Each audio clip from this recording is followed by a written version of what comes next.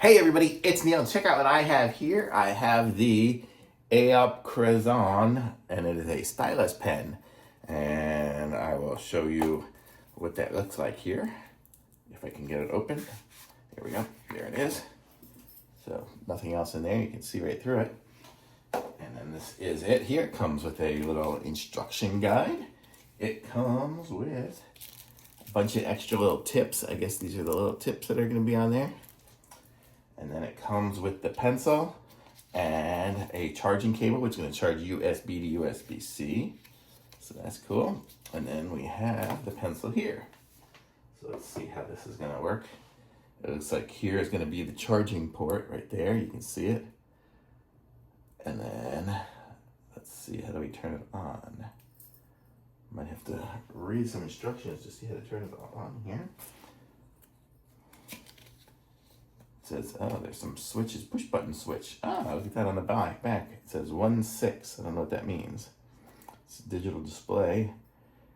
It displays 100% for 100% power, and the number will jump for 10 to 10 hours of use. So basically shows the number of there. Okay. Oh, 91 is what it says. It wasn't 16. It was 91%. And then 10, I guess it means it has 10 hours left. So let's see if we can connect it up to my iPad. And we'll see how it works.